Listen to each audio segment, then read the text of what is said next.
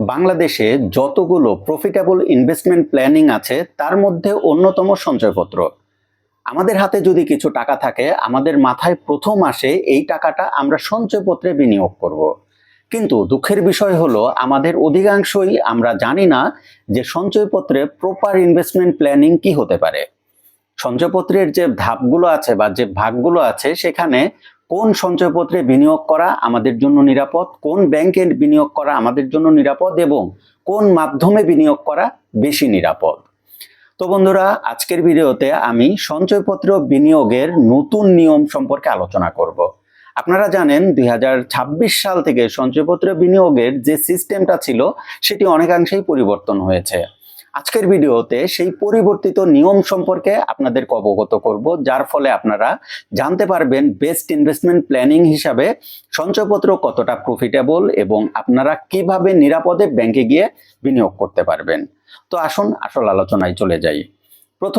প্রথমত আমরা সঞ্চয়পত্র নিয়ে যে টপিকটাতে কথা বলবো সেটি হলো সঞ্চয়পত্রে বিনিয়োগ করার জন্য আপনার কি কি ডকুমেন্ট প্রয়োজন হতে পারে। সঞ্চয়পত্রে বিনিয়োগ করার জন্য আপনাকে প্রথম যে বিষয়টা লাগবে সেটি হলো ব্যাংক অ্যাকাউন্ট। আপনার ব্যাংকে একটা অ্যাকাউন্ট লাগবে, সেটি যে ব্যাংকেই হোক না কেন। ধরুন আপনার অ্যাকাউন্ট আছে জনতা ব্যাংকে, আপনি সোনালী ব্যাংকে গিয়ে সঞ্চয়পত্র করতে চাচ্ছেন, কোনো সমস্যা নাই, জনতা ব্যাংকের চেক দিয়ে আপনি সোনালী ব্যাংকে সঞ্চয়পত্র করতে পারবেন। এই ক্ষেত্রে আপনার জনতা ব্যাংকের MICR চেক লাগবে। তো শুধুমাত্র সেই ক্ষেত্রেই আপনি এক ব্যাংকের চেক দিয়ে অন্য ব্যাংকে সঞ্চয়পত্র করতে পারবেন। তার মানে বোঝা গেল প্রথম প্রয়োজনীয় ডকুমেন্ট সেটি হলো আপনার একটা ব্যাংক অ্যাকাউন্ট লাগবে এবং সেই ব্যাংক অ্যাকাউন্টের চেক লাগবে। দ্বিতীয়ত আপনার কিছু ডকুমেন্ট লাগবে, সেই ডকুমেন্টগুলোর মধ্যে আপনার নিজের NID কার্ড লাগবে, NID কার্ডের 1 কপি ফটোকপি লাগবে। এছাড়াও আপনার নিজের ছবি লাগবে, সেই ছবি লাগবে 2 কপি। এছাড়াও আপনি যাকে নমিনি নির্বাচন করবেন সেই নমিনির 1 কপি NID কার্ডের ফটোকপি এবং 2 কপি ছবি লাগবে। মূলত সঞ্চয়পত্র করার জন্য আপনার এই ডকুমেন্টগুলোই প্রয়োজন হবে। এছাড়াও আরও কিছু অতিরিক্ত ডকুমেন্ট প্রয়োজন হতে পারে। যদি সঞ্চয়পত্রে আপনার মোট বিনিয়োগের পরিমাণ 10 লাখ টাকা ক্রস করে ফেলে, সেই ক্ষেত্রে আপনাকে আরও একটা ডকুমেন্ট দিতে হবে, সেটি হলো ট্যাক্স রিটার্ন কপি। এতদিন শুধু টিন সার্টিফিকেট দিলেই সঞ্চয়পত্র করা যেত, কিন্তু বর্তমানে এই নিয়মটা পরিবর্তিত হয়েছে। আপনি যদি ব্যাংকে গিয়ে আপনি সঞ্চয়পত্র করতে চান তাহলে আপনাকে ট্যাক্স রিটার্ন কপি দিতে হবে, অর্থাৎ আপনি যে ট্যাক্সটা দিচ্ছেন সেই ট্যাক্সের রিটার্ন কপি জমা দিতে হবে। আপনার ইনকাম যদি ট্যাক্সেবল নাও হয় তাতেও কোনো সমস্যা নাই, আপনি সঞ্চয়পত্র করতে পারবেন। সেই ক্ষেত্রে আপনাকে জিরো রিটার্ন যে সাবমিট করেছেন সেটির অ্যাকনলেজমেন্ট কপিটা দিতে হবে, তবেই কেবল আপনি ব্যাংকের মাধ্যমে সঞ্চয়পত্র করতে পারবেন। এখন প্রশ্ন জাগতে পারে আপনি কোন কোন ব্যাংকে সঞ্চয়পত্র করতে পারবেন এবং কোন কোন ব্যাংক নিরাপদ।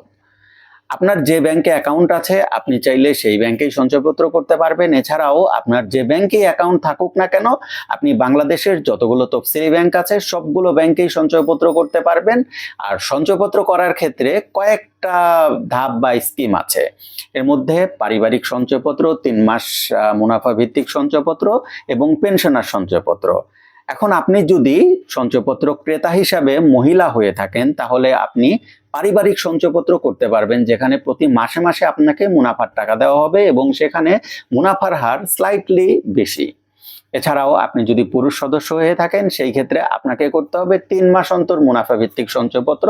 সেই ক্ষেত্রে আপনাকে 3 মাস অন্তর মুনাফার টাকা বা ইন্টারেস্টের টাকাটা প্রদান করা হবে আপনার ব্যাংক অ্যাকাউন্টে।